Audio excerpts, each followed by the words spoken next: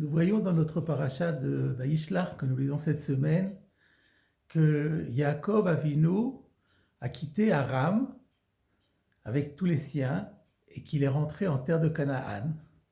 Et alors qu'il se dirige vers Kiryat Arba pour rejoindre son père Yitzhak, voilà que Hachem lui apparaît, qu'il le bénit sans que soit précisé le contenu de cette bénédiction, qui lui annonce qu'il portera désormais le nom de Israël, sans donner d'ailleurs de raison pour la chose.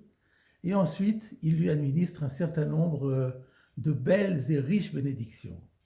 Et la question qui se pose, c'est pourquoi c'est à ce moment-là, c'est ce moment-là que Dieu choisit pour ces différentes interventions. Rashi, dans son commentaire, se basant sur un Midrash Rabbah de notre paracha, suggère que c'est en réconfort et en consolation pour Yaakov qui venait de perdre sa chère mère Rivka. Par contre, dans un Midrash Rabbah sur la paracha de Balotra, on propose une autre direction en disant que Dieu n'élève quelqu'un à une dignité quelconque que lorsqu'il l'a éprouvé et que celui-ci a remporté son test en quelque sorte, se basant sur le verset du chapitre 24 des psaumes qui dit « Mi ale bar Hashem », celui qui gravit la montagne de Dieu, « Mi akum mimkom kodsho », qui se maintient en son lieu saint, « Yisa bracham et Hashem », celui-là obtiendra la bénédiction de Dieu. Et donc le Midrash en question nous dit que si Yaakov a remporté ce test en quelque sorte, c'est parce qu'il venait de surmonter un très grand nombre d'épreuves avec Lavan, avec Esav d'abord, avec Lavan, puis nouveau Esav, puis Dina. Toutes ces épreuves, il les avait surmontées avec brio et avec une fidélité sans faille à Kadosh Baruch Hu et à son service. Et c'est cela qui lui a valu les bénédictions de Dieu. Mais dans le Midrash Tanchuma, son autre paracha, il semblerait qu'il suggère encore une autre explication sur laquelle nous voudrions nous étendre aujourd'hui. Le Midrash, très curieusement, introduit son commentaire sur ce verset, sur ces trois versets, par l'histoire suivante. Une matrone romaine, est allée voir Rabbi Yosef ben Chalafta, qui était un de nos sages, un des Tanaïm de l'époque, et lui a demandé en combien de jours le Saint béni soit-il a créé le monde. Celui-ci répond en lui apportant le verset à l'appui que Dieu a créé le monde en 6 jours. Et alors elle demande, et depuis ce moment-là et jusqu'à aujourd'hui, alors qu'est-ce que le Saint béni soit-il fait?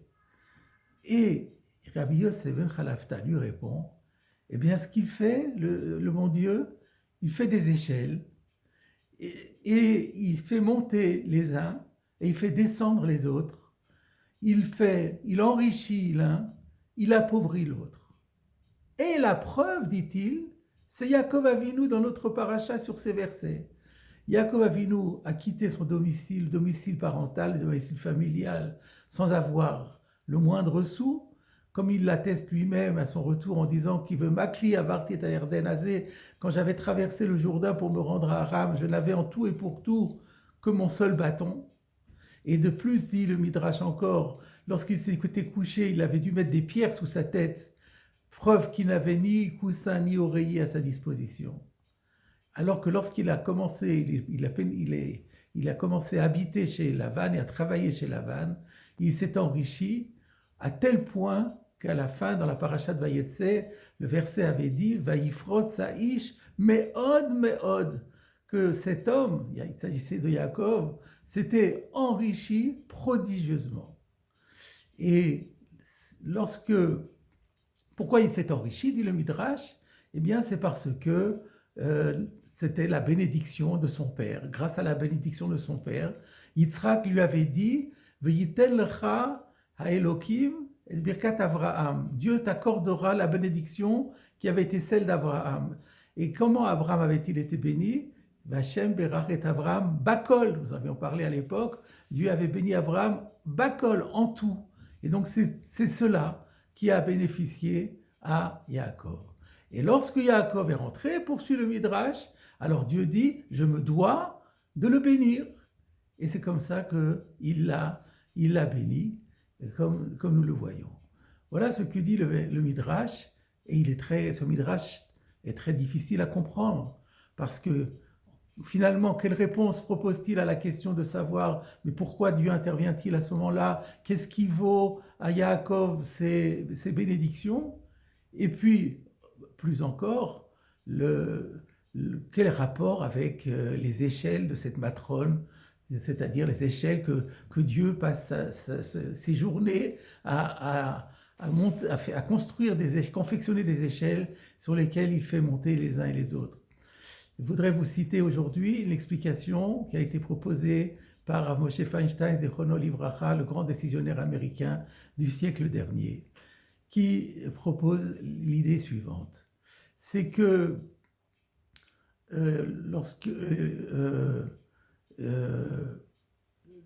l'idée de l'échelle, que Dieu fait monter et que Dieu fait descendre, c'est-à-dire que on est riche ou on est pauvre, en vérité, par l'intervention divine.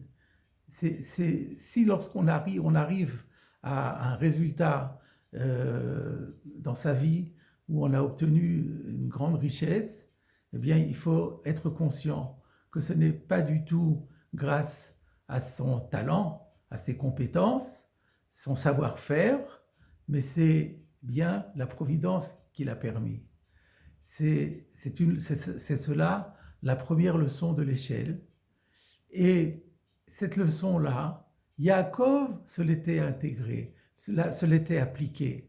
On le voit que lorsque dans la paracha de Vayetse, il appelle ces deux femmes, Rachel et Léa, et il leur dit, c'est Dieu qui a enlevé le bétail de votre père et qui me l'a donné. Vayatzel Elokim et mikne avichem, vayitenli, et il me l'a donné. Donc j'ai bien compris que cette grande richesse, ben c'est pas moi qui ai eu l'intelligence, le savoir-faire, mais c'est bien un véritable cadeau divin et une faveur divine. Et il y a une deuxième leçon, toujours liée à cette échelle, c'est que même une fois que j'ai admis qu'il s'agit d'une faveur divine, il ne faut pas croire que cette faveur m'a été accordée en tant que récompense pour mes nombreux mérites. Il y a un verset dans Ekev qui dit « Al tomar bilvavcha betzidkati » ne dis pas en ton cœur « c'est grâce à mon mérite ». Et cette phrase a été reprise, elle a été dite dans un contexte particulier, mais elle a été reprise par certains maîtres comme étant une règle générale. Il ne faut jamais dire lorsqu'on a réussi quelque chose « Ah, c'est Akadosh Baruch Hu, bien sûr, qui m'a gratifié, mais c'est une récompense pour toutes les bonnes actions que j'ai accomplies. » Non, il faut savoir que nul n'est parfait et que si Dieu nous jugeait avec une véritable rigueur, d'une justice rigoureuse, personne ici-bas ne pourrait mériter la récompense parce que il n'y a pas ici-bas un juste, même un juste, qui peut faire le bien sans fauter. Par conséquent, il y a toujours nécessairement une grande part d'amour et de générosité de la part d'Akadosh Baruch Hu, et il est important d'en être conscient. Là encore, Yaakov Avinu a prouvé qu'il avait intégré cette leçon, parce que au début de notre paracha, il dit Katonti mikol hachasadim ou mikol haemet asher asita et avdecha. Je suis petit, je suis trop petit par rapport à tous les bienfaits et à toute la fidélité que tu as prodiguée à ton serviteur. Et Yaakov avait même peur que par son comportement, il ait perdu les bénédictions que Dieu lui avait accordées. On voit ainsi que Yaakov a fait preuve d'une pleine conscience que ce ne sont pas ses mérites, aussi grands soient-ils, qui pouvaient justifier les faveurs divines. Et alors nous comprenons alors pourquoi Dieu intervient. Dieu a dit, à partir du moment où Yaakov a établi la bonne relation vis-à-vis de ses réussites, alors je me dois de valider ses réussites passées et futures. Et c'est pourquoi le verset dit Dieu a béni à Yaakov sans préciser de quoi il s'agit, parce que c'est une bénédiction universelle. C'est comme la bénédiction d'Abraham, Bakol, Et elle ne concernait pas seulement les bénédictions passées, les richesses de Yaakov, sa réussite familiale, puisqu'il avait 4 femmes et 13 enfants, mais d'une manière générale, tout son vécu passé et futur devenait validé par cette bénédiction. Et ensuite, Dieu dit à Yaakov, maintenant tu vas t'appeler Israël. Parce que Israël renferme cette leçon. C'est cela le chidouche de Rav Moshe Feinstein. Israël, Sar, enlevons le Yud, ça donne Sarel, qui peut se comprendre de 2 façons. Ou bien on peut comprendre Dieu est mon patron. Ou alors on peut comprendre je suis le ministre de Dieu. Dans les 2 sens, ça veut dire tout ce que je fais ici-bas, je le fais pour Dieu et sur l'ordre de Dieu. Et tout ce que je réussis ici-bas, eh ben, ce n'est pas grâce à moi, mais c'est grâce à lui. C'est parce que je suis à son service et qu'il a décidé de me donner un certain nombre de faveurs. Donc, Sar, elle, Dieu est mon patron, mon bienfaiteur, et moi je suis son ministre qui ne demande qu'à le servir. Et donc, Dieu lui dit, tu ne t'appelleras plus Yaakov, parce que Yaakov, ça fait référence justement aux tâches matérielles. Et comme lorsque tu t'investis dans des tâches matérielles et que tu obtiens de la réussite, tu ne le mets plus sur le compte de ton savoir-faire et de ton talent, alors tu mérites effectivement de t'appeler Israël. Et c'est pourquoi il n'y a pas de raison qui est donnée, parce que c'est une nouvelle raison qui n'a plus aucun rapport avec la raison qui avait été donnée par l'ange de Esav lors de son combat avec Yaakov.